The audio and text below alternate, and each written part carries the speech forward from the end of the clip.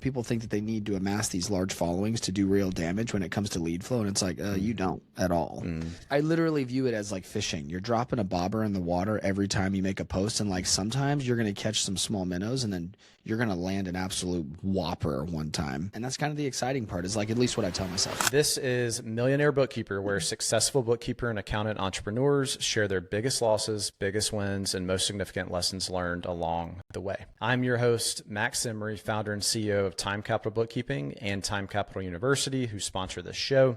And today we have a very special guest for you who started his career in banking, then went on to earn his stripes at Deloitte. Everyone's heard of Deloitte, one of the big four accounting firms.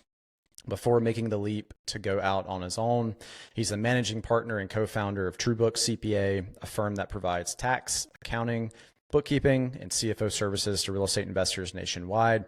He's based in Las Vegas, and his whole mission is helping people pay less, sometimes zero, in taxes. Matt Bontrager, welcome to Millionaire Bookkeeper. Dude, Max, thanks for having me, man. I'm pumped. I'm so excited for this, man. I've been following you for a while. So I found from the Internet Archives, and this is how I know you exist, is like you're super big on personal branding, it seems like, and even branding for the firm through content creation. So I first found you on Instagram, and I've been following you probably for a few years at this point. And then kind of, it seems like through that, you know, you're making partnerships with other content creators who are in the space. I just saw you on another podcast. I think it was maybe last week or 2 weeks ago. And so that kind of aids in this like marketing machine type effort through the, I mean, it's almost like a media company that you've built, it seems like, within the accounting firm. And I'd say that's atypical of like the, you know, the typical accountant. And so just on IG, like TrueBooks plus your personal brand, it's like right there at 50,000 followers, which I'm sure is huge for lead acquisition. So like what made you lean into this rather than just kind of like going with the kind of the status quo for accounting firms? It's so funny too to hear your perception from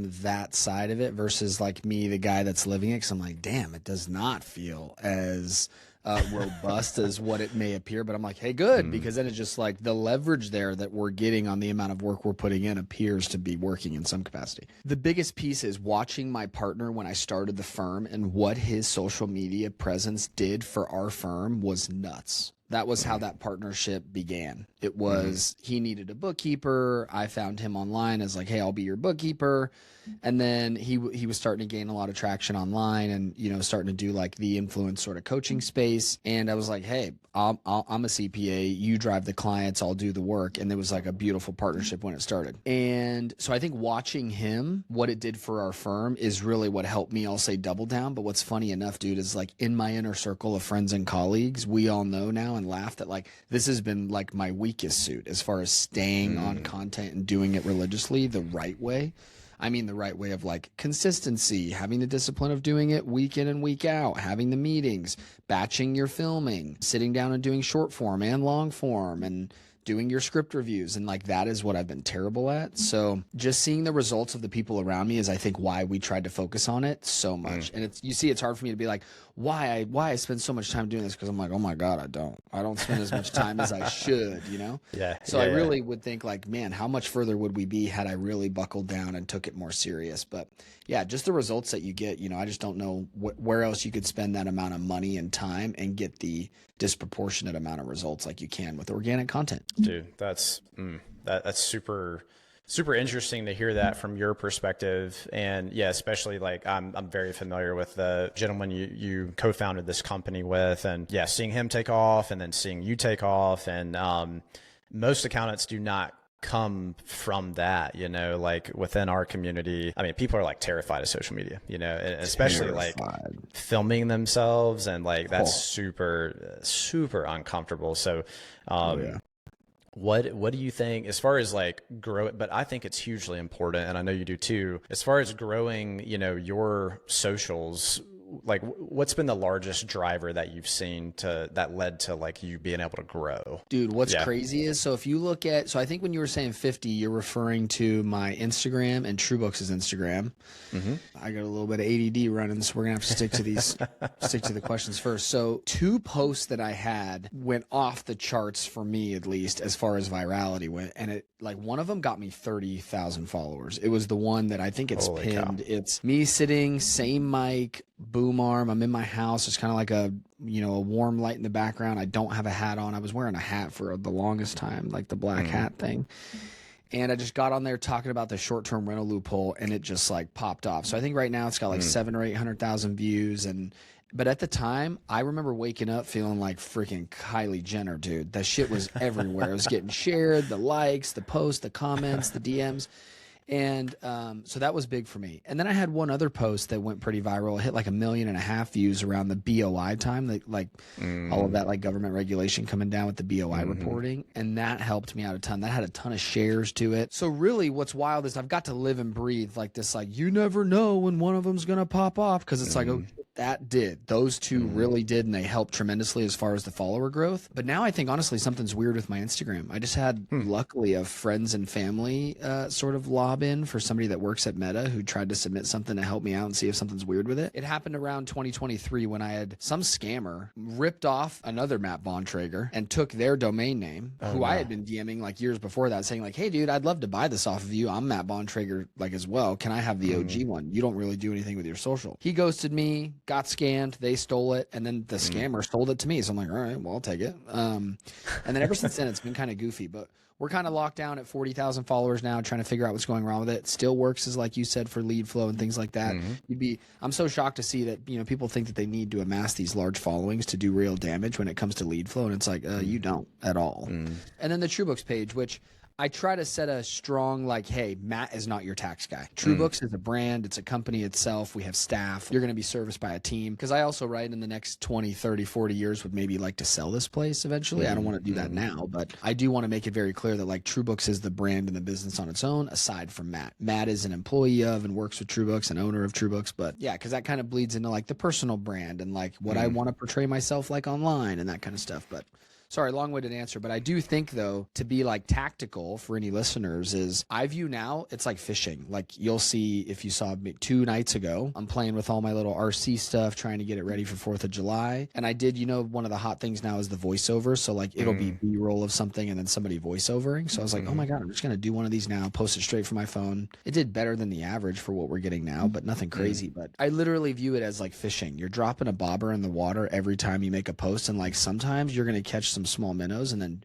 you're going to land an absolute whopper one time. And that's kind of the exciting part, is like at least what I tell myself. So yeah. I like that, man. I like that. Yeah. I mean, it makes I mean, that's what Mike's, I haven't had anything go viral, but I've just tried to stay consistent, and like, it's the weirdest post just pop off. And it's like, whoa, that's like a 3X outlier. And I just made it super quick and then posted it and like, didn't think anything about it. And now we're getting leads from it. Social space is so weird. So do you think, because I know you have the TrueBooks social and you have Matt Bontrager socials, and so do you think it's important to have like the business brand and the personal brand, or like what's that relationship? And then like, let's talk lead flow too, because I feel like you would get more leads through your personal brand than the business brand, but like how does that go for you guys? So that was a big thing for me starting out. One, I don't think that we get many leads through the TrueBooks page. I think it's just to, again, have its separate brand identity to it. When I post, we will collaborate, is it right, with the TrueBooks page. But the relationship between, hey, should I have a business page or a personal page? I hemmed and hawed on this for so long. For me, I'm a big friction guy. Now that I got 3 young kids, you got a lot of stuff going on, running businesses. Everybody's so busy that I need the path to least resistance. So for me at the time when I was trying to stay on top of social and post things, it was just another thing to worry about. And then you start to think, well, like, I do want people that when they think of Matt to think of, oh, he's a CPA, funny guy, friendly, family with some kids, cool wife, lives in, you know what I'm saying? Like, I want it to be everything. I don't necessarily just want them to see like Matt Bontrager CPA page, and then I have me over here with my family life. What's interesting is my good friend Kyle, who's in the room next to me, he's a financial advisor, we're partners, is his wife very big on like, she's a consultant. She does not want to have her kids be posted on her consulting page, because we were just talking about this the other day. I'm like, hey, Brittany, you better be hitting the socials. And so I do think there's a lot of preference behind it, but if you're somebody looking for low friction and also okay with showing multiple facets of your life, I would vote do it all in one. Less to manage, and then they view you as this is you. You do it all. Like, you are the consultant, but you also are a family person, whatever it may be. So, but as far as lead flow, I think you're right. It's because I think people, you know, the saying goes, people buy from people. And so if I'm on a story talking about something on a webinar coming up or any tax law changes, people feel much more, I'm sure I'm much more approachable in a story coming from my page than it would be the TrueBooks page, because they probably think they're going to get some helpline or an admin hitting them back. So yeah, as far as engagement though and lead flow goes, for sure a personal page. And that's where I think, you know, people just got to hem and haw with, hey, do they want to run two? Do they want to have one? But I learned the hard way. I think that I wasted a lot of time trying to dance around two, and I'm like, gosh, I should have just had one the whole time. Yeah. So, dude, yeah. I've made those mistakes too, and I think I'm still making those mistakes right now. need to get that together a little better. Dude. Yeah. Thanks for that advice. That's you. Basically this interview is just me asking selfish questions, and then we're going to share it. We're going to share it with other people. Exactly. Dude. Yeah. We just had a good meeting this morning. We were talking about webinars and stuff this morning. So, because right now I think any business really needs to focus on client acquisition, and social media was always like the silver bullet, I would say. Like, hop on, start posting, you'll get people to, you know, reach out and talk to you, and you'll start to get in these groups. But not that that can't work now. I just think people need to be a little bit more tactical with it. But the one word that rings true to me, that from what I've seen in my time in the space so far, is still consistency. It's like no matter what new thing you jump to, if you're not going to use it the right way consistently, it ain't going to work. So I still think that there's a lot of meat on the bone with just starting a social, posting to it, being authentic, and then leads will come. I think that's still a huge opportunity that, to your point, no one in this space is doing. Like 3% of us in this space, right, talk to the camera. If that. Yeah. So you're really good at bookkeeping, but you cringe at the thought of marketing and selling your services. Like, you don't just cringe. It like kind of makes you like squirm a little bit or sweat a little bit. If that's you, not to worry. I have a solution for you. It is called GoPro Bookkeeping, where you're going to learn how to get leads. You're going to learn how to convert those leads, and you're going to learn how to only work with clients you absolutely love, all while maintaining your introvertedness. This is coming from an introverted bookkeeper, myself, who has closed well over $1 million in services just within a few years. No marketing, sales, or business background, no accounting degree, no letters whatsoever beside my name. I've never had a large social media following, and yet I was still able to market and sell my butt off while still being an introvert, not doing any of the crazy, cringy, salesy stuff that just makes me uncomfortable to even think about. This is a school community, by the way. So it's at school.com/go-pro-bookkeeping, or you can just go to school.com, SKOOL, if you're not familiar, and just go to the search bar, type in bookkeeping. We're going to be one of the communities up there at the very top of the page. What's inside GoPro Bookkeeping? So we have a proven lead generation system. That's going to be where you learn everything that you need to know to market your services while being an introverted bookkeeper. A sales framework specifically built for introverts. It's based on what I've done and what I still do today that actually works. Templates and scripts, live calls, of course. And then last but definitely not least, maybe the most important thing is transformational relationships. That is what everyone gets the most out of. It's the relationships they make. So no commitment, cancel anytime. Okay, enough of that. Let's get back to the show. That's nuts. That's nuts. Yeah. I like it. Okay, cool. Yeah, I could talk marketing all day, but let's get to, so we're going to start with kind of where you're at now, and then we're going to go back to like kind of how things got started and just talk about the journey. And so TrueBooks, you know, where is TrueBooks now? And then also if you have other businesses too, I'd love to hear just kind of what you have going on, but let's start with TrueBooks. Like, how big's that company, and just kind of like what, you know, how many staff, that sort of stuff. Yeah. So we are 25 staff. We are revenue-wise right shy of 4 million. I talk about this a lot. Our actual growth pattern has been since inception, 2020, 120, 860, 2.6, 3.4, 3.6, 3.9. So you can see we're really stuck in this, like hitting a wall in this 3 million, which I am like the living, breathing example of. Getting out of 3 million as a professional service business is hard. Now, if you have sales and marketing, I'll say dialed, or you even just like flip a script and get lucky with something and just have like a In-N-Out style burger order, just everybody trying to come to your business and pay for services, great. But methodically getting through 3 million with the right service and the right level of client service, I think it's just hard. And so we're experiencing that now. We have 3 departments still, same as when we started: tax preparation, tax planning, and accounting. I'm a big believer of like those being a core 3, other than like estate planning and financial management, things like that. And this is my only business. The other business that I did have, it's kind of weird to call it a business, but it was just another venture. You probably know education in this space, or now, is a big space where people are making a lot of money. There was a company that had come to me that wanted to partner and do a bookkeeping course. And so I had done this. It was 2 weeks worth of filming out in Arizona, hot as hell, in this Airbnb where the AC didn't work. So the whole thing, like big production crew. The total course was like almost 30 hours. And we tried that, gave it a good crack. And I think it generated like $500,000 in sales, but the ad spend was like 250 to 300 grand. The labor piece on it was so expensive. And so it ended up fizzling out to where I got the assets and the course, and we just kind of went our separate ways. That was a side venture that I tried to start. I thought I was going to be buku rich when I got approached with that idea. Oh my God, I thought I'd be swimming in the money. And I made my only check there through like $340 for the whole thing. Ooh, there was a profits interest. Yeah. It was a profits interest for me. So that was the only thing I ever made from that entire deal, other than getting the assets for it. So good experience. I think it really helped me realize, like, yo, don't take your eyes off of home base. Like, this is your business that's going to hopefully produce you the most and reap the most reward. So right now, this is the only business. The other aspect of business is I would like to grow further within TrueBooks and do a little bit more verticals within it. So get heavier into like the CFO side of accounting, and then the financial management. I recently got my PFS license. It's pretty cool. It's a designation only available to CPAs, and you get a waiver for your Series 65 license. So it allows me to make money on financial management. Interesting. And that's where Kyle will come into play. So Kyle and I try to refer business a lot, back and forth to one another. And so that's the main focus now, is just still growing TrueBooks. Solid. Wow, man. Wow. Yeah. Yeah, that financial management aspect, I hadn't even heard of that designation, so that's super cool. So what, like today, what's kind of the breakdown between the different services that you guys offer, like percentage of revenue? So as a good accountant, let me get out this little solar Casio here. So let's think about this. 750 divide. So you can say about 20% of our book is accounting, which I love that business, as we both know. 20%, and then 80 is obviously coming from the tax planning and the tax prep. But let's just say, it's probably 60% tax prep, 20% tax planning, 20% accounting is our allocation of work. So a lot of tax prep work, which we're trying to obviously get more into the tax planning.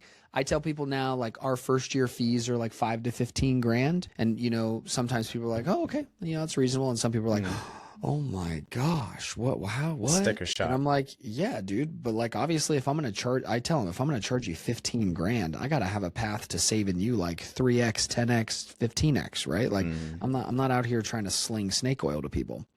That's my biggest thing. Like, coming from Vegas, and I just want to have a good reputation. I want to run a good business. Now running a business, I see what it's like to have good service and what kind of work it takes behind having good service. I always equate it to like when you walk into a Lowe's and somebody in a freaking red vest walk up to you and they're like, hey, what do you need today? And you're like, oh my God, this trip just got so much better. I know exactly where I need to go. I'm going to get what I need. I got the help that I need. And so that's what I try to, bring to the firm. But yeah, that's the makeup. And then again, right now is heavy sales and marketing of just how do we get more clients to, one, come into the service that we want, which is tax planning and prep. Right. And accounting is great too. It's just, as we both know, hard to grow in that space, I think. Oh, yeah. It's very competitive. And then churn. I want really low churn. I want to work with these people for 20 years. I don't want them to go anywhere. I want them to have a good experience with their accountant. And another thing I say is, like, when they're out at the bar and somebody's asking about their accountant, they're either going to say, I got one, but he's all right. Or they're going to say, oh my God, God, you need to go work with them. And I want every one of them to say, oh my God, you need to go work with them. So we try a lot, try hard at that. I love that, man. Yeah. Yeah. For us, referrals is like, it's a really big metric for us of like, are we actually doing a good job?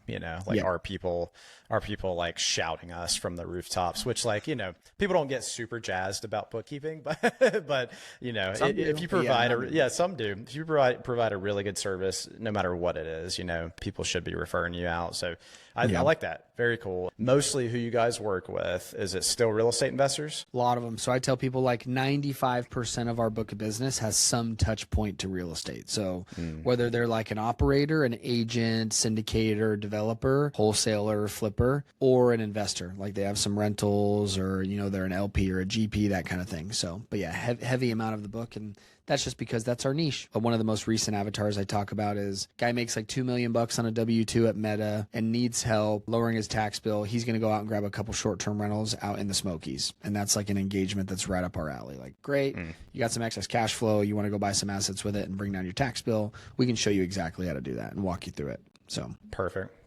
Love it. Yeah. Awesome. And so let's talk about, where you got started. So banking, then Deloitte, but even like prior to that. So like you're in college, was it accounting from the get-go, or like, how did that go? Yeah. Thinking back, I don't think that it was accounting from the get-go. I did how did I pick accounting?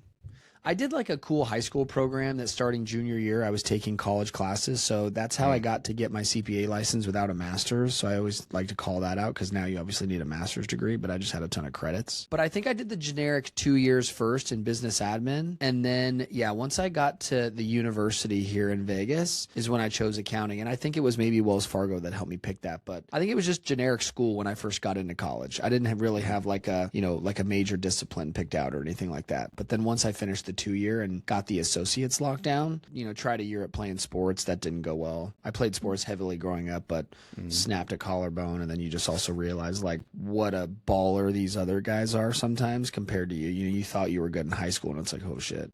Different level. So yeah, tried a year at that. And then the joke is like, hey, just became an accountant. And then as you know, like when you're in school, they only preach the big four. So that was my next path, was like, oh my gosh, I got to schmooze my way there, which I did not have a good GPA. So I didn't have the best GPA. So that was kind of difficult for me. You said Wells Fargo played a hand in you choosing accounting. Like what did that look like? So I didn't grow up with a lot of money. I wasn't poor. Like I laugh when my mom hears me say that, because she's just like, what do you think, we were eating out of boxes or something? I'm like, no, but it's like we didn't have a ton of money. So I was just fascinated seeing the different types of people that earn different types of amounts of money. Not types of right, but amounts. So working at the bank as a teller, I got good experience just dealing with people and their money, right? Day-to-day transacting. And then I hated being a teller just because people were so rude. They're always rude to the tellers. And then I earned a spot as a banker. It's a complete 180. They treat you as if you take the money home with you every night and watch it for them type thing. And that was a cool job. I just, again, liked dealing with people that were running businesses, seeing people with money and, just transacting. And then that's what led me to choose accounting. And it was partially my dad had told me, he had this saying where he was like, an accountant with a pencil could steal more money than, a guy with a machine gun type of thing. And it was just how important books were at that time, and like how, accounting was the language of money and, language of business. And so all of that was just so fascinating to me that I just thought that I would get a good job there. So I just went to accounting. Yeah, that's awesome, dude. Awesome. And so you mentioned a sport. And so what was your sport? And you said 1 year. So was it 1 year, like whenever you got to the university? So it was a year right before. So I did basically a year and a half. I'm like, was it a full year and a half? Year and a half at like a junior college. Tried baseball there. It was a good school. The school that Bryce Harper went to. If you know Bryce Harper, big bomber who plays for the Phillies now, signed for a ton of money. So it was a good JUCO, a junior college there. That didn't work. Finished out the associate's degree there, and then went to the university and then finished that in 2 years. Got it. Okay. Awesome, man. Cool. Yeah. So it was baseball. Yeah. Yeah. Super cool. That's great. And so what position? Baseball, and then we'll get off of this. Yeah. So I played second in high school and then tried for the outfield. I like outfield more. So I grew a greater respect for the outfield once I got older, but yeah, tried there. Got it. I love it. And so you graduate college. What happens after that? So in school, as an accountant, as a wee lad, they're just hammering you that you got to go to the Big Four.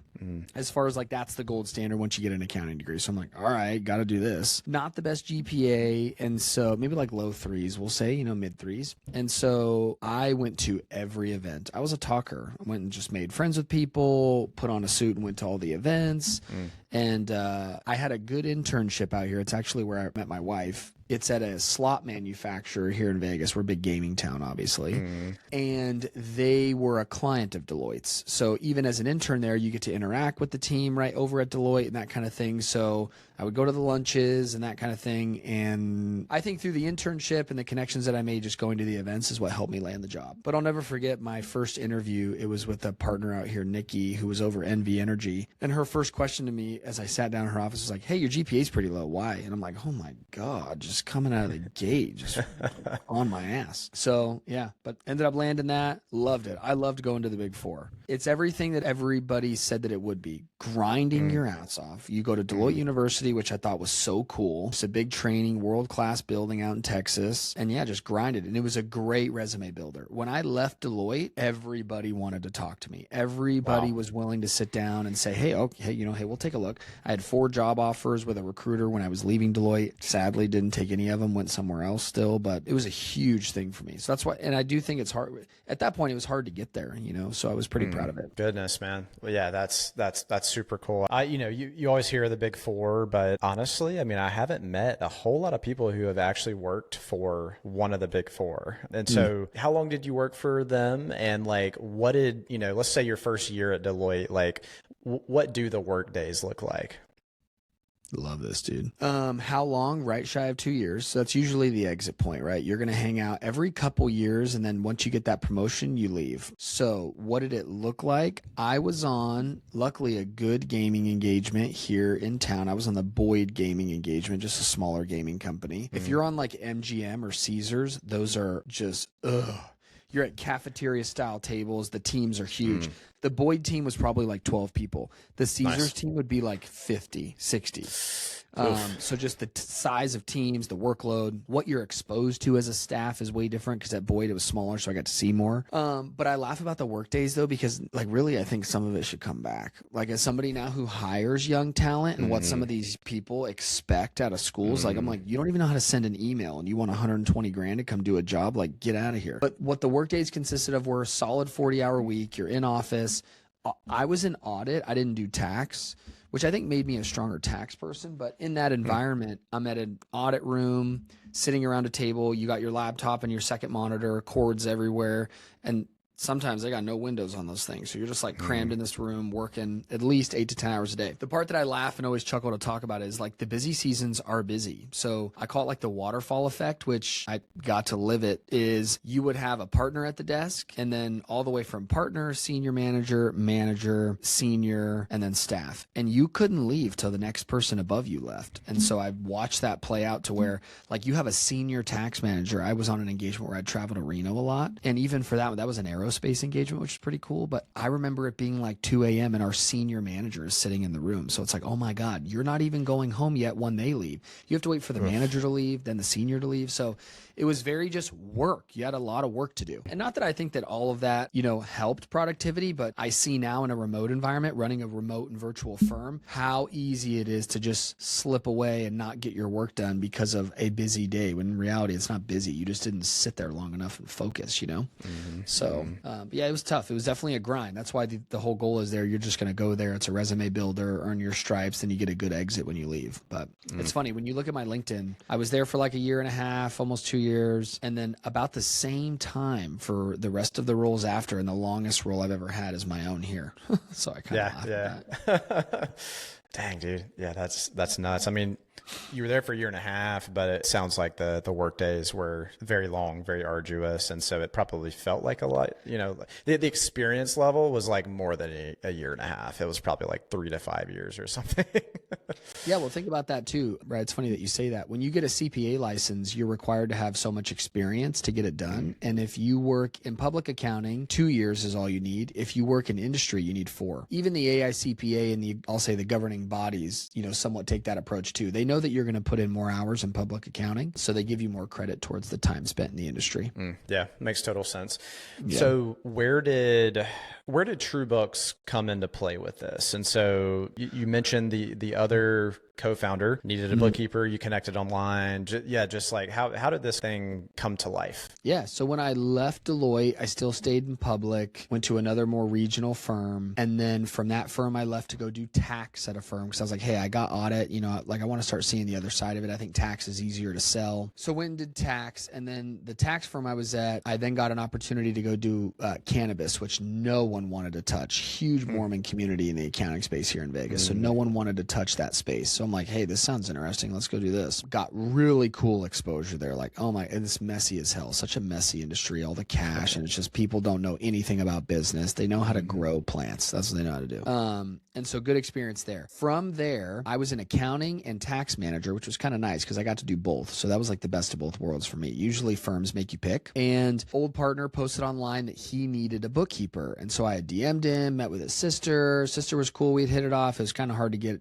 his time and attention first, but then we ended up meeting and then got the job. And I think it was at like $2,200 a month, which I mean, for me and you now, like that's a pretty good size engagement. So I was like, okay, cool. I got $2,200 a month through him. My tax book of business at that time was maybe like 40 grand on the side. And then I had made a comment to him because he ran a brokerage. And in Q4 of 2019, at like one of his award ceremony things, I was just like, hey, let's start a firm. You drive the business, I'll do the work, and this will be great. And he was like, oh, for sure. I tried all that I could to not give him equity, but he's good. And he ended up getting equity. And then we started the firm January 1st of 2020. Kind of a weird time, obviously, with COVID, not knowing that the world was going to shut down. Yeah, I had my first son. My son was probably he was born in May. So what, 6, 7 months, 8 months. My wife held down a good W-2, which she still does now. And yeah, that was the start of it. So kind of worrisome, but you see, like that's always everybody's thing too of like, oh my God, an entrepreneur. Like when did you? And I'm like, dude, this is a slow boat for me. I had a book of business on the side. I had $2,200 a month. I did not just jump off the cliff and build this ship on the way down, build the, the plane on the way down. No way. That's not my personality. I don't think that that's accountants' personalities typically. Not typically.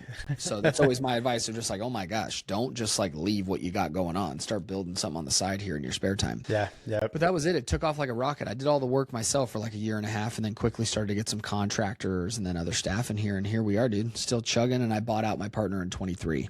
Yeah. I was curious about that. Okay. 2023. Yeah. And so talk about it. Don't talk about it. Totally up to you. But what led to the buyout? So we had two different visions for the firm. He wanted to get the firm to like $5-10 million and then sell it, which isn't bad, but I'm like, dude, I'm a CPA. What am I going to do here? I'm going to go do another firm if I sell this one. So at that point, it just made sense for us to exit. And what I realized is that was a beautiful partnership when it started. Complete yin yang. He brought everything to the table that I did not, and I brought everything to the table that he did not. When I started to do social in like 2021, 2022, I started to get the itch like, damn, why do I have this over here? What do I need this for? If I can start doing some of this myself to that extent. So it also started to change this like shift in business dynamic too of like, whoa, dude, I'm kind of driving my own leads here. That was what you had brought to the table. So I just started to feel more of this like, dang, I could do this. I don't necessarily need a partner. So it was a mix of those two. And now I definitely see that the next partner at TrueBooks will be a service-based partner. It'll be somebody that like I can like pick up the phone and go call a client and do some work. It's not going to just be like a marketing and advertising partner, because now I've also realized like I can just spend money in that area with a contractor that does sales and marketing and help me out there. I don't need a partner and give away any,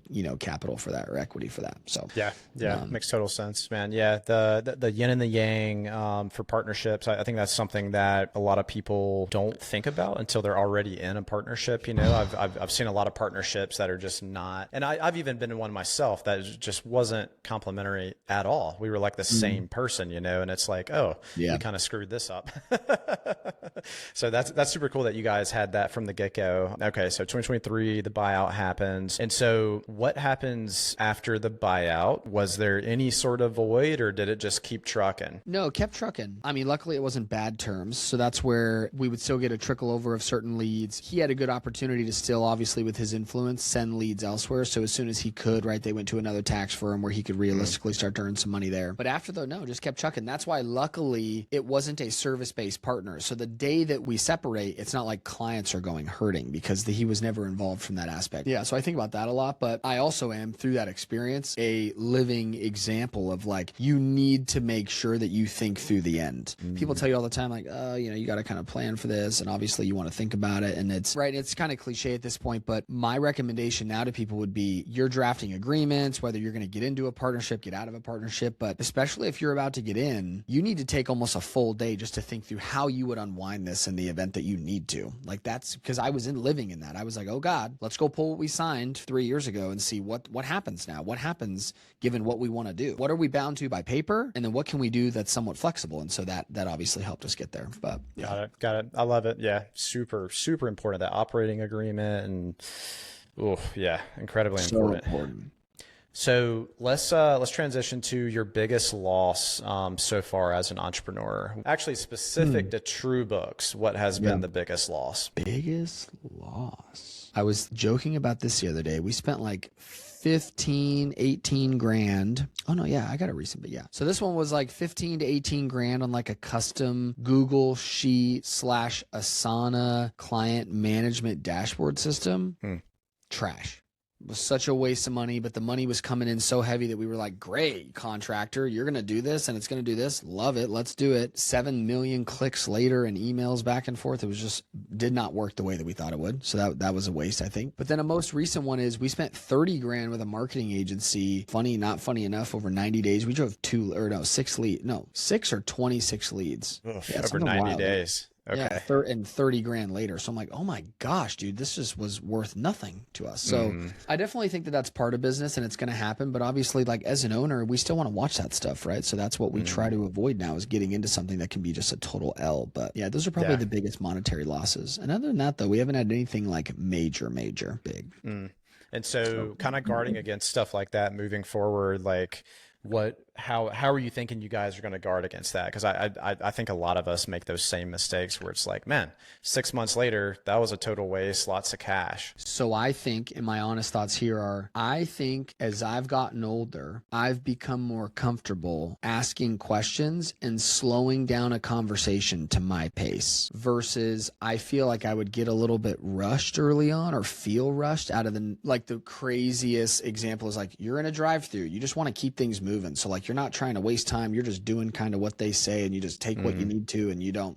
Versus now I'm like, hey, I'll grab my food and sit there in the spot and look in the bag to make sure it is what I like. What my wife does, drives the hell out, drives me nuts. But I'm like, hey, that is good methodical thinking. That is like, all right, you're on my time now. I'm going to make sure that I got what I needed as a customer.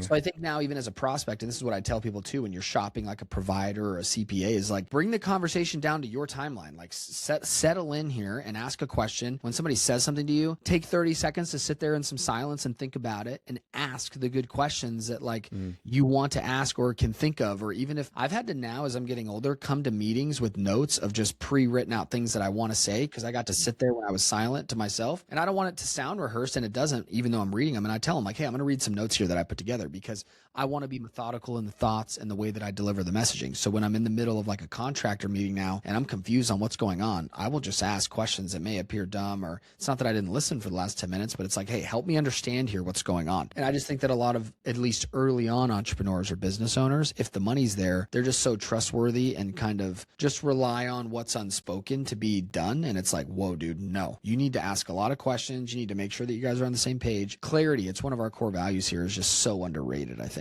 So underrated. Dude. And I think that that's how we would hedge against something in the future, right? Is just asking more questions and getting a lot of comfort with who it is we're about to spend some money with, for sure. Huge. I think a lot of people, including myself, like really need that advice, like that exact advice. Just slow things down, ask a lot of questions, slow things down and ask a lot of questions. I think that'll keep you out of trouble the majority of time, probably.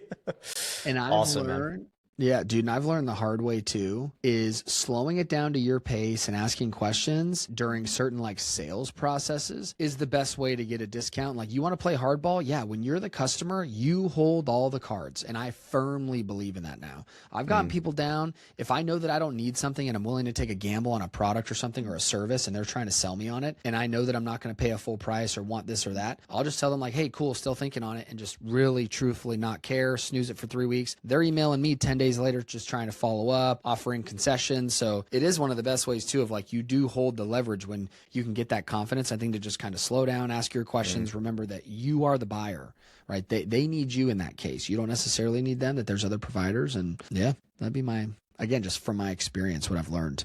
Dude, yeah. This book came to mind when you were talking about that. It's the Sandler selling system. Have you heard of that? I don't know if that's the exact name of it, but it's worth looking up, and it really speaks to what you just spoke to: slowing things down, asking a ton of questions, and even when you're in the sales position, which we are because we own businesses, being the buyer as the seller. Like, it speaks to that, and like almost having the prospects sell themselves, like sell you on like why you should work with them.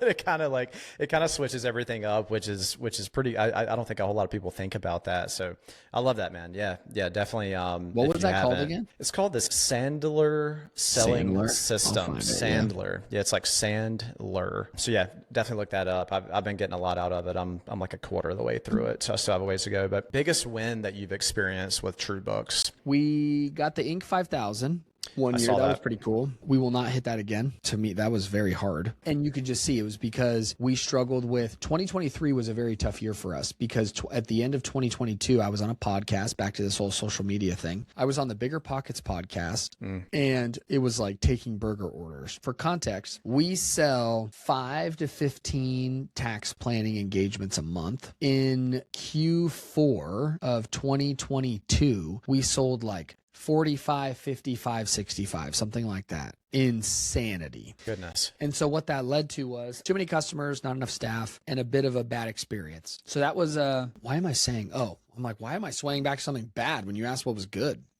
And I think that's what helped us, though, was that at that time it helped us hit the metrics that we needed to, right, for obviously Inc. 5000. We hit like 105 on the list of 5,000. Goodness. So that was good. And then I think like even just recently we landed a big client, and I just think now as a firm, what means most to us, clients paying us every single year, staying on as clients, and we just landed a pretty big relationship. And so for me, that's always a good win because we try to go into every relationship thinking, hey, we're going to have these people for 10 years, 15 years. And still, for me, it's landing a big client. Yeah. I love that. And so, so you guys got rushed with leads, started accepting a lot of new business. It sounds like fulfillment struggled a little bit because of all of that influx at one time, which I think happens to a lot of early businesses. It's definitely happened to us in the past. And so what were the lessons that you guys took out of that? Was it more so just like tightening the ideal client criteria, or like how did you guys manage things after that? How we managed it after that was brute force, back to the Deloitte days, just working, which I'm a big believer in. Like, sometimes that's the answer. Grab a shovel and get to moving, like pick something up here. How I think in the future I would avoid something like that is, one, staffing capacity is still major. You got to understand what the team is that you currently hold and what work they can do. Two is, to your point, it wasn't necessarily that the avatar, we were selling to avatars that didn't make sense, but we were selling the same thing to every avatar. So like, for example, right now we have a 6-month engagement and a 12-month engagement. Back then they were all 12-month engagements. So selling all 12-month engagements to that many people caused a lot of stress. One, because the team was short, but two, it was sometimes overkill for what they maybe needed if we would have identified that on the sales side. So I think having an actual service that fits for the type of avatar coming into the door, like if we would have had a 6-month engagement, it would have alleviated so much of that workload.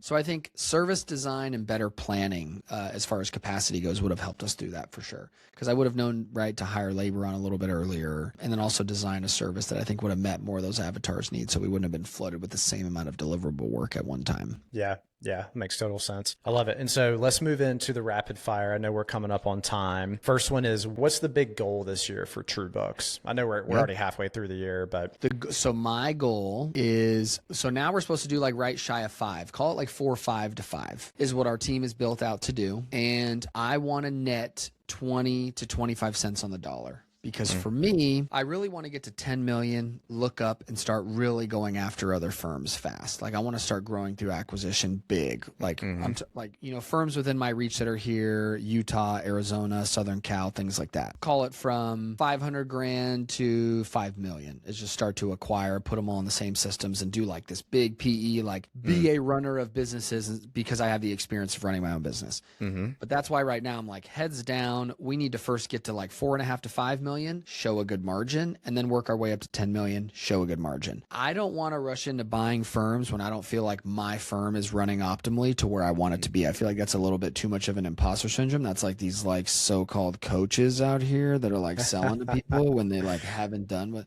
I came up in that era with my old partner, watching people, everybody became a coach, and I'm like, this isn't sitting well with me in my gut. So I want to say like, yeah, look what I did. Boom, there it is. We did. It's obviously a we thing, but I'm like, look at this experience here. Look at this resume builder. I can prove to myself we did it right. I want to do it right and then try to really throw gas on the fire. Whether that's right or not, because I already have a couple friends that are already out buying firms, but my argument and what I, shoot the shit with them is like, hey, do you feel like your firm is optimized? Are you going out and are you adding to a bad process already is my thing. So I have a close friend in the space that just did 14 million and netted 4. So I'm like, that's a healthy business, dude. It's 110 employees, half onshore, half offshore, half on, half off. And the numbers are great. And that is a firm that I would want to run at, something like that. Yeah. And incredible margins, especially at that scale. I think it's great to look at margin and also look at like lifestyle, right? It's like if you're running into the ground, right? You're running yourself into the ground with your current firm right now. It's like, you probably shouldn't go out and buy another firm. Like that's crazy. Yeah. Nailed it. Exactly. I love it, man. Cool. You answered the next question with that. What's the future look like? What's your number one source of new clients right now, like the marketing channel? It's got to be maybe bigger I would say bigger pockets is a big one. We do some paid ads to them, and then organic, like just organic traffic, people coming in through the website, people coming in through the newsletter, people coming in through the Instagram, and referrals. So sorry. And I'd probably rank them as bigger pockets, referrals, organic. Got it. What I would say. And what we had just talked about this morning on a sales meeting a marketing meeting is we're going to start trying to do just quick webinars, like just find another provider in the space. Like I met with a syndicator the other day. They have a few funds, older guy, like in his 70s. And I was like, hey, you ever done one of these? He's just like, no, but totally down for it. And I think just like a quick hour, we'll email a couple thousand people on our list. He'll email, a few hundred people. I don't care what it is. And just try to do little 45-minute to an hour webinars and gather some good ideal prospects. I think will be good ROI. Is it going to drive us hundreds of leads like maybe, paid marketing will? No, but I think that those will help. So that's something new that we're trying. I like it. That answered another question too. I love that. So thinking about the newbie right now, they're just starting their business or they're about to start their business. What would your advice to them be of how to get their first 5 clients? Oh, dude, this is the same way I did it when I started. I went to Instagram. I searched the hashtag Las Vegas real estate. And then I would look for recent posts and I would go in and DM them and say, hey, my name's Matt. I'm a real estate specific CPA. Would love to help if you need help. And I would get people that would ghost me. I would get people that would say, hey, no, thanks. I already have a CPA, but thanks. And then I would have some people that are like, oh my gosh, I need this so bad that, whoa, like I didn't even. And so I'm like, great. Those ones are like out of the park. Love it. Easy clients. And that will happen. That's going to be 1 out of 10, 1 out of 15 or 20, but whatever. That's 1 out of 15, 20. So for me, I would go straight sniper approach. I would get into the Reddit forums, the Facebook forums, the Twitter forums, anything like that. And I would start to get the name out there as far as them in the industry. So I always use the name Jim. Jim is a new accountant starting up a bookkeeping firm. I would get on into these communities and be as helpful as I could. That's our first core value, is just being helpful. Back to the Lowe's blue vest thing. It's just like, dude, what is nice in this world? Being helpful to someone. God, just help them. Do what it is that they're asking, You're a bookkeeper and you just signed your first real estate investor client. Congratulations. But now you're like, oh, shoot. What do I do next? How do I serve this industry? Like, what does this client care about? How do I do, all those little nuances that need to be done within the bookkeeping for all the properties and the entities and the deals and all that stuff? This group that we have, this beautiful community, Bookkeeping for REI on School, is perfect for you. We've helped build systems, gain confidence, and create a sustainable and very profitable REI bookkeeping firm. So if that sounds like you, this is perfect for you. We have a technical REI bookkeeping course. We have a grow your firm course. We have templates, tools, live calls, but most importantly, the transformational relationships that you're going to make in our community. That is the most valuable piece of this community. So cancel anytime, no commitment. You immediately get access to everything. Any sales we run throughout the year, you'll see it on the About page, school.com/bookkeeping-for-REI, or you can just go to school.com just literally just type in bookkeeping into the search bar, and we're going to be the first community that pops up for you. So can't wait to see you inside. Okay. Back to the show. And so I always laugh because I feel like we're superheroes as far as accountants go and bookkeepers. Like compared to what the general public knows about accounting and bookkeeping and taxes is near nothing. So I'm like, you have a lot of knowledge that's stuck in your brain that a lot of people could use. And getting onto a forum for me was real estate and helping people understand that when they buy a rental, what a cost segregation is, or when they're flipping properties and what they need to add to their cost is. And so I would get in and start just posting online and being helpful and getting into the forums. And that's what I taught in that bookkeeping course. I think somebody could easily land their first 5-10 clients within, call it 60-90 days. You should have 5 to 10 clients within 60 to 90 days, I think, if you're really hammering it hard on the phones. Because as we would probably agree, what are you going to do when you first start the business and you don't have any clients? You have 8 hours a day to prospect. You're not doing any bookkeeping. So if you had to charge time, it should be to hitting the DMs and hitting the forums. You know, you don't have any work to do. So that's what I would focus on first, for sure. I love that. Stop tweaking the logo. Stop tweaking the website. It's good. It's get out of Canva. Exactly. You need to be prospecting. Yeah, exactly. That's a good point, dude. A lot of people spend a lot of time doing that. Yeah. Yep. I love that. What would you say has been the hardest part of growing your firm? Dude, managing people still. That is what I'm realizing now. It is, and that goes back to like the unspoken expectation.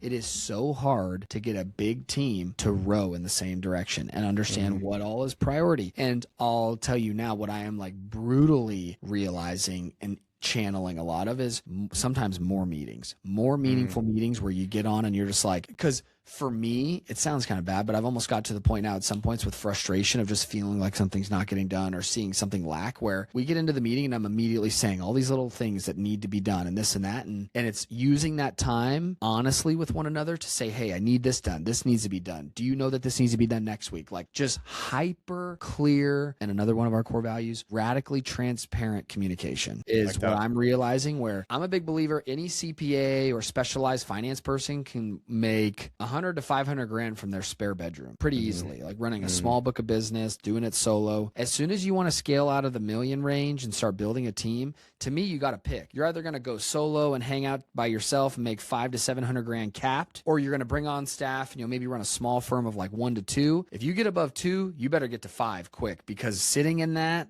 layer there is less margin, more people, feels like you're paying people to not do anything. You're still doing a lot of work. So that would be my advice. If you're going to get to the point where you're running a team, hypercritical, honest, transparent communication is what I'm realizing is the hardest part. Because once we solve that, I think then you go back to what the ultimate hardest part is for any business, which is getting new customers. That should be every business's. I think if you're having a hard time doing that, that is where most people's time should be spent, right? Is other than building for like a next layer of growth or a next, phase of growth. But my argument there is it's probably going to be similar staffing to what a $3 million firm is for what a $5, $7, $8 million firm is, just bigger versions of what you already have because it's already working. Sales and marketing is always evolving. How you find clients and things like that and what channels there are, you're always changing that. So to me, that's always the forefront for an owner. But working with your people, getting your people to do what they need to is what I'm realizing is the hardest part. Yeah, that foundation and the cultural aspect of that. Yeah, I mean, that's like, even with a small team, that is huge. Gold advice.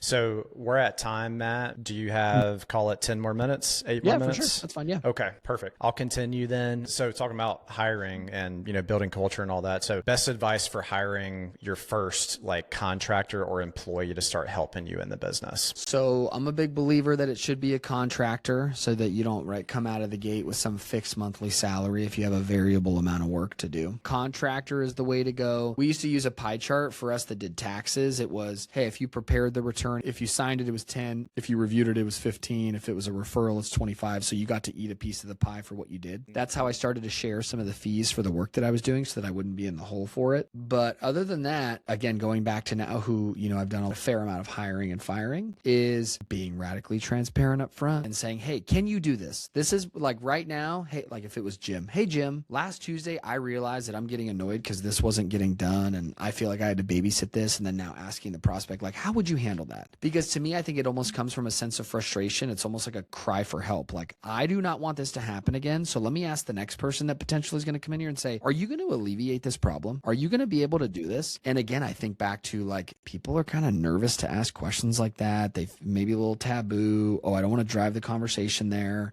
But coming back to like owning that time and resonating in what it is that you care about and want to ask, that goes so far now from what I've realized. Because if I just kind of assume oh, well, yeah, that person's a senior, they've been doing this 5-10 years, they have the experience to do that, they'll know that. And it's like, oh God, no, they won't. They won't know that that's important to me unless I tell them it's important to me. So yeah, that's my thought. Being radically transparent up front and saying, hey, are you going to fix this problem for me? Because that's what means the most to me. And then going contractor, because from a tax perspective, it should be cheaper. It should save you a couple bucks, you know? Love it. Love it. Yeah. Yeah. That structure you spoke to too. I think that's brilliant. People are super interested in like, how are we structuring, you know, paying these people to incentivize them? And yeah, dude, that's brilliant. Sure. You know, everybody eats off the top fee and then, you know, no one's losing. I like that. I like that a lot. How are you currently using AI that maybe most bookkeepers and accountants aren't right now? So my answer to that is specifically, I don't think that we're using it much like accountants aren't, because I think that we're using it like the majority, which is a search tool. My goal with AI is to ultimately, one, build out like different projects per client so that it just houses everything with that client, what their estimated payments are, what their tax situations are, what their bookkeeping status is, and that kind of thing. So that's sort of the direction we're going, coupled with, I want to try to automate tax preparation. That is when you look at our 3-prong of revenue, that is our biggest, but it is the messiest. It is the most complex department we have. There's always fires, the deadlines hurt. So that is the goal. And then as we were talking about earlier, I just can't wait to get Claude running loose in my inbox. Like I want that thing writing drafts, filing, everything. But right now, I don't think that we're using it much like people aren't because of the regulatory side. Like we just need to get these disclosures signed first so we can really start using them. Yeah. And I'm glad you mentioned the disclosure part of this because that's huge. I've come across other firms, mostly bookkeeping firms, not as much on the tax side, but some firms are kind of running wild with the AI stuff right now. Yeah. And it's, those disclosures aren't in place and just, the proper, we don't know what the legal fallout is going to be yet because it's like the Wild West right now, So you gotta be super careful. So get on those disclosures. If anybody out there is thinking about using this stuff on anything that touches a client, how do you think, so keeping with the AI topic, how do you think AI will change our industry over the next just like few years? I think so at an operator's level, like what I'm telling my accounting team is, hey, that file that just took you 10 hours to do in that month, I think you need to be able to learn how to do it in 4 to 6 now. Okay, here was a sort of a objection that I got the other day. Well, hey, we have to pull property management statements. And since the property management statements are at the individual unit level, we would have to combine them and consolidate to the property level. And I'm like, one, if property management company won't do that for you, then Claude will do that for you in 90 seconds. So even if it's something that's just a piece of the process, I think a lot of people are going to try to build things for things that aren't broken. And a way to attack like, well, hey, where is it broken? Where is the most opportunity? Sit with your team and see what they're spending a lot of time doing. And if my team is reconciling through property management statements and trying to organize data, then oh my gosh, we will have the tool organize data for us. But what I think it's going to come to is I do think it's going to affect fees somewhat. So some people are like, well, wait, I don't think it's going to commoditize fees and drop them. I think it's going to make us more powerful and be able to charge more. I'm like, that's what like any crazy optimist would say. So I get it. But I think that person, in order to charge more, is going to still have to find a way to get super efficient with their tools and get most of the work done with the tools so that the human can play that like customer relationship manager. And then at that point, if you're not going to dock your fee, then you have to be able to bring a high level advisory component to it. Because another piece that I talk about with some other people is I don't think people in the, let's say, maybe closer to 10 years are just going to come to a firm and say, hey, I want you to do my taxes. I think they're going to come to a firm and they're going to expect the bookkeeping. They're going to expect the tax work. They're going to expect the tax planning, and they're going to expect being able to ask questions to you. So as a firm owner, we have to be able to effectively do all that work without saying, oh my gosh, you want all this? Now your fee is 3X. We need to be able to keep fees somewhat reasonable, provide that level of service, and the only way to do that is with tools. Because right now, 50 to 60 cents on the dollar at our firm goes to labor. That's way too high. The traditional firm was 30% to your payroll, 30% to overhead, 30% to the partner. No, overhead's becoming cheaper because we're in this digital work from home environment, but the tools are getting more expensive. Token cost for these tools is going to go up, I assume. And that's, sort of end there. The last thing I was thinking is I'm with somebody the other day CPA that works at NVIDIA. What's interesting to me is that everybody is in a race to build these tools on these platforms. And what happens when the cost of these platforms really start to normalize and they're 3x of what they are now? Now you have this sick system you just built, the Lamborghini of tax prep flow or whatever it is, email flow, bookkeeping flow. And now they're like, great, for you to use what you just built over the last 2.5 years is instead of $6,000 a year, 28 grand a year. And you're like, oh my gosh. So that's what's also, I find scary too. But my point here and my sentiment on it is you can't afford to be behind the curve. So I'm like, at least ride the wave, like boogie board it and slowly coast into the line here, Figure out what the new stuff is, use it as a research tool, start to see what you can do with it once you can really unlock it, and just don't turn a blind eye to it is my thought. But overall, I think it should be great for the profession. And for people that are committed to the profession, I think it's going to make our lives so much easier. Because I don't think accounting and tax is going away at all. No. But these tools should definitely make it easier. Yeah. Awesome take on all of that, man. Yeah, I think us being able to do things in a cheaper capacity, like I do think that's going to be a given, just payroll if nothing else. But at the end of the day, I don't know, it shocked me when you said some people think that we're going to be able to raise fees. That like, to me, wild. That's like... Somebody said it so starkly too, and I'm like, whoa, what? But I think that they're coming from the brain of you're going to do more. And I'm like, okay, I can see that then. Because more value. Yeah, more. Yeah, right. Hey, if I'm pumping more value, I see it. But damn, I'm like, if somebody's just doing, like right now, we have somebody that we do his books. We're charging him like $1,100 a month, and he's like, hey, is there any tools we can do to bring this down and this and that? And I'm like, hey, accounting, show me how we can get this to $7,000 a year instead of 12. And so, that we have to be ready to field questions like that, because look at what that client did. He channeled his own question, took time to be like, hey, this is my ask. I want to see if this is doable. And, he knows that we're going to try. You have somebody that's willing to pay you $7-8 grand a year. You want to figure out how to do the work. And if we can't get the tools to do it, that's fine. But you don't want to let that client walk, Yep. Yeah. So. And that client is on YouTube and they are watching videos on how Claude can do their bookkeeping. It can do their tax prep. It can even maybe do a little bit, whether it's accurate or not, like that is what the internet is telling people right now. And so like we have to have answers for that. I love it. Yep. I love it. So you actually answered the next question too. So last two questions, and these are more so personal questions for you. What's the most impactful productivity hack that you've implemented, just in the last maybe few years, just something you've implemented that like, you're like, it's 10x your productivity? So I would say for me, it's a sticky note. I'm a huge sticky note. Every day I create a new sticky note and I carry this around, and this is what I have to do. Honestly, just stop in there. Like that is it. Because as an owner now, I feel like you just have even now, just as a regular person, you got a zillion things thrown your way every day and everything grabbing your attention. And so for me, it's the phone notes and the notepads and then the workspace notes that you keep and the text messages. It's like, gosh, sometimes it becomes too much. So for me, I just try to laser focus on like what I have to do for the day. And it's almost like I work in a restaurant. This is my ticket and I got to do this every day. And I just create a new one every day. So I'm a big sticky note guy. That's probably my main. I love that. Yeah, seems like it would channel your focus in a really old school way, but like I don't think anybody keeps that sort of stuff anymore. So it's almost coming back to like being a new thing. Yeah, almost that's like awesome, old school, new school. Yeah. Yeah. Last question. What's the number one thing that you would say has contributed to your success? I think having good intentions. And I think the reason I'm saying that is because I think when clients meet me and interact with me and talk with me, they know that my goal is to do a good job for them.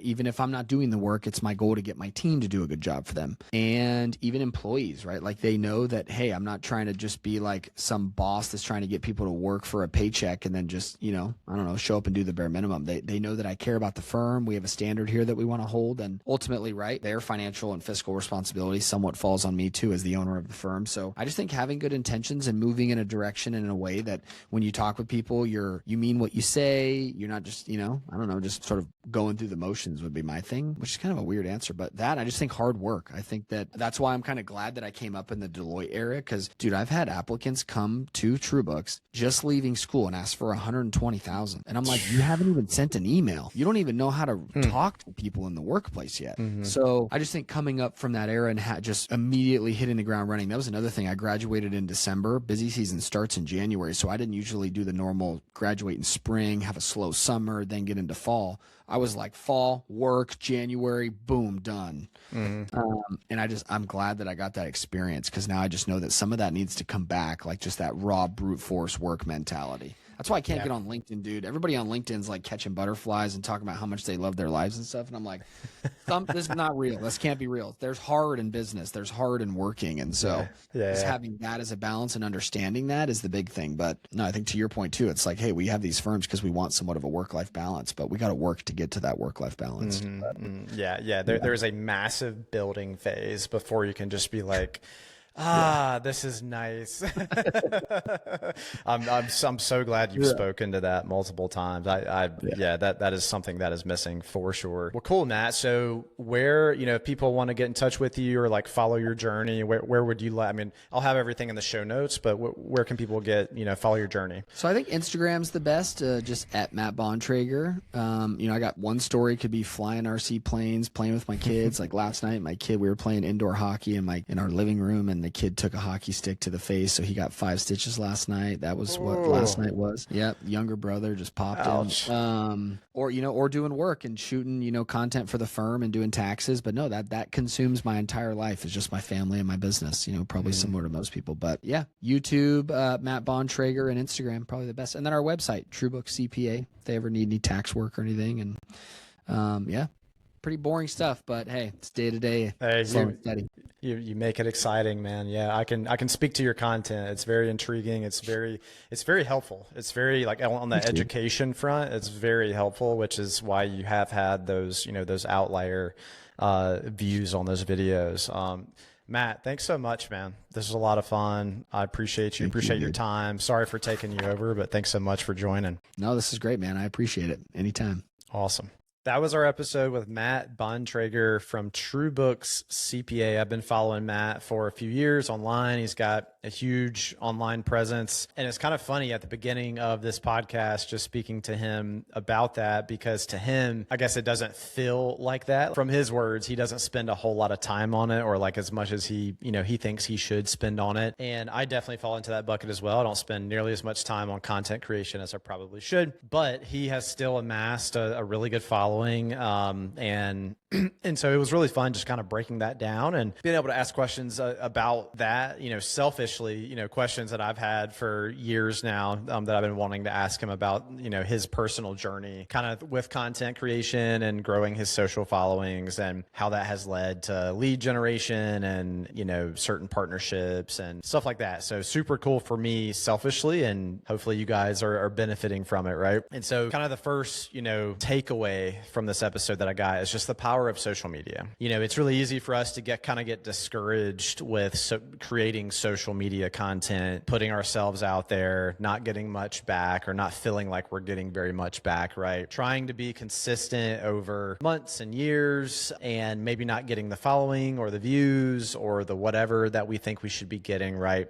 But Matt, he is really an example of the power of social media. He's a good talker. He's funny. He makes really good videos, right? But any one of us can do that, right? I mean, maybe we're not as funny or articulate as Matt is with certain things, but he is kind of the use case for like, even he said that, right? Like you just don't know what is going to pop off. So just put stuff out there, and it's kind of like throwing a fishing line out. I think that's the analogy he used. You never know when you're going to catch that huge fish, right? So you have to keep casting. I really like looking at social media like that. I really just try to stay consistent, and we do get leads through social media, even though I don't have a whole lot of followers. We've been benefiting from social media from the get-go, even when I had just 100 followers. And so just be consistent, keep casting your line out there, and eventually something will come back. And then eventually you'll have consistent lead flow through your social media, which is, I think where we're all trying to get to, which is really cool thing. Power of social media, huge. And he's made some, strategic partnerships probably through his, presence online as well, which is super cool to see. So super cool to chop that up with him. Kind of the second takeaway is, him speaking to how he landed his first 5 clients. And that's what he recommends to other people. So he, if I remember correctly, he searched a specific hashtag. I think it was on Instagram.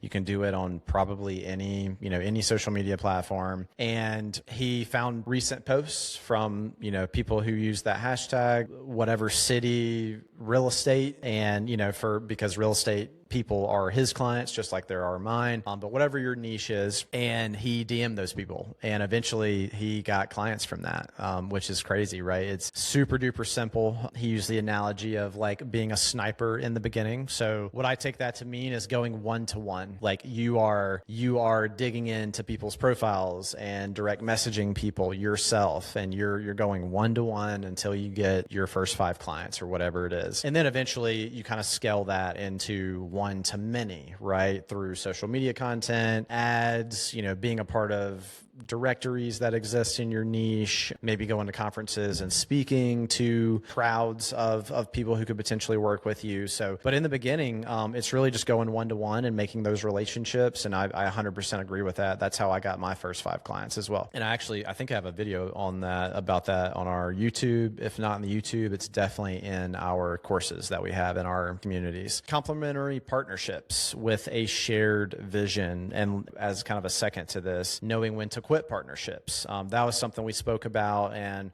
I was curious about that as well. So selfishly, I really enjoyed digging into that. And I actually followed Matt's co-founder and ex-partner, before I found Matt, right? And then I found Matt later online. And so I've been following, the partner that he split up with for quite some time as well. It sounds like it was a friendly split up, no hard feelings or anything there. But, they started out super complimentary, kind of a cool story of how they started. And it was great for a few years. Yin and yang, Matt said. The partner, huge following online, could just flood the firm with leads essentially. And then it was up to Matt and whoever Matt hired. Matt was basically the operator of the business in this scenario. But then Matt actually learned content production and, how to promote yourself online and all that from the partner.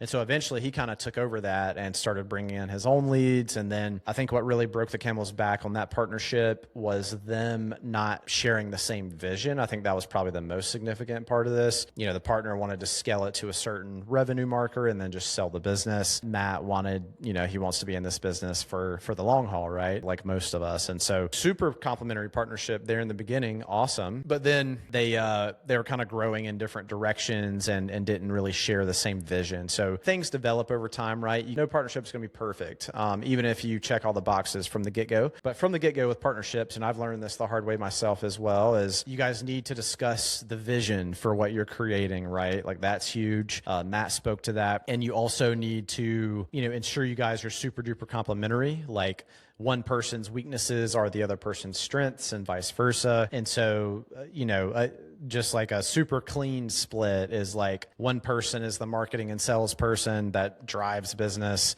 The other person is like the operator of the business, basically, right? Like handles fulfillment and, managing, hiring, back end, like just all the operational components of the business. So that's kind of, that was their relationship, which was cool to hear about. And then it just developed into something different. But Matt spoke to making sure you have ironclad operating agreement from the get-go. Like before entering a partnership with anybody, you need to, pessimistic as it is, you need to go into it kind of with the thought of like, okay, what all may happen that splits this thing up, right? And then what happens at those times? What happens if we don't agree on how to split up? Like what are all the different scenarios? Like you really need to talk through all that stuff with an attorney just to root all of that out in the event that it happens. It may never happen, but I've had a partnership in the past myself and we did all that and it worked out great. We ended up splitting eventually and, everything worked out great because we kind of did that upfront work with each other. And Matt spoke to that. So complementary partnerships, have everything in writing and know when to quit and what that looks like. So slow the conversation down and ask more questions. So I thought that was a significant point that Matt made. And he just said,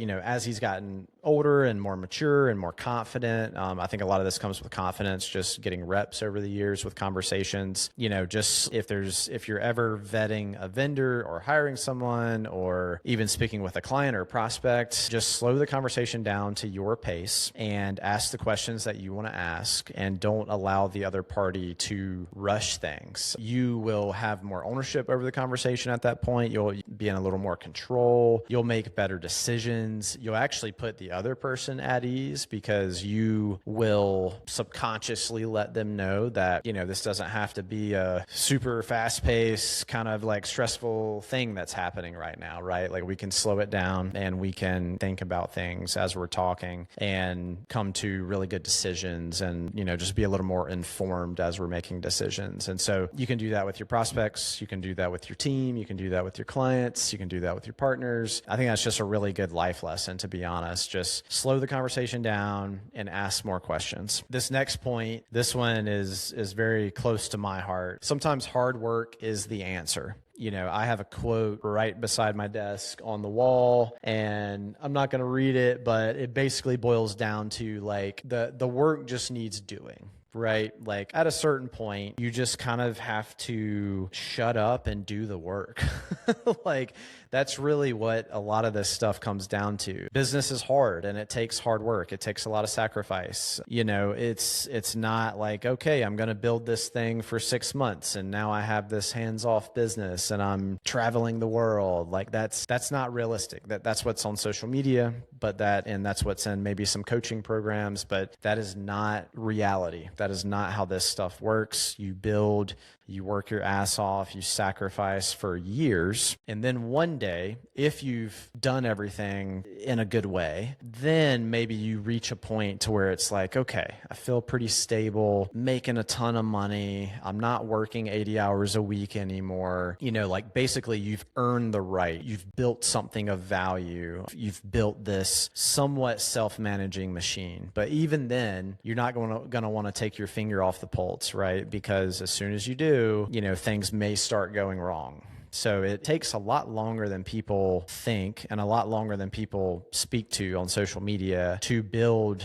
a truly great business that just kind of runs itself. I mean, sometimes it takes decades. So I'm really glad he spoke to that. And then he spoke to kind of the hiring piece of this is, hiring people these days, the new hires kind of, or the candidates kind of expectations of what work is not, it's just not the level of hard work that, of how things used to be or maybe how we want them to be. So it's incredibly important to set a very clear expectation from the get-go with your new hires, with your team, and expectations change over time, right? And so it's important. That communication aspect is just super important. And I think Matt said radically transparent is one of their core values. I love that. Just be radically transparent with your team, with your clients, with your partners, just with everyone. And that's just a really good default. Hardest part of growing his firm has been managing people. That has been the hardest part for me as well. I think that's the hardest part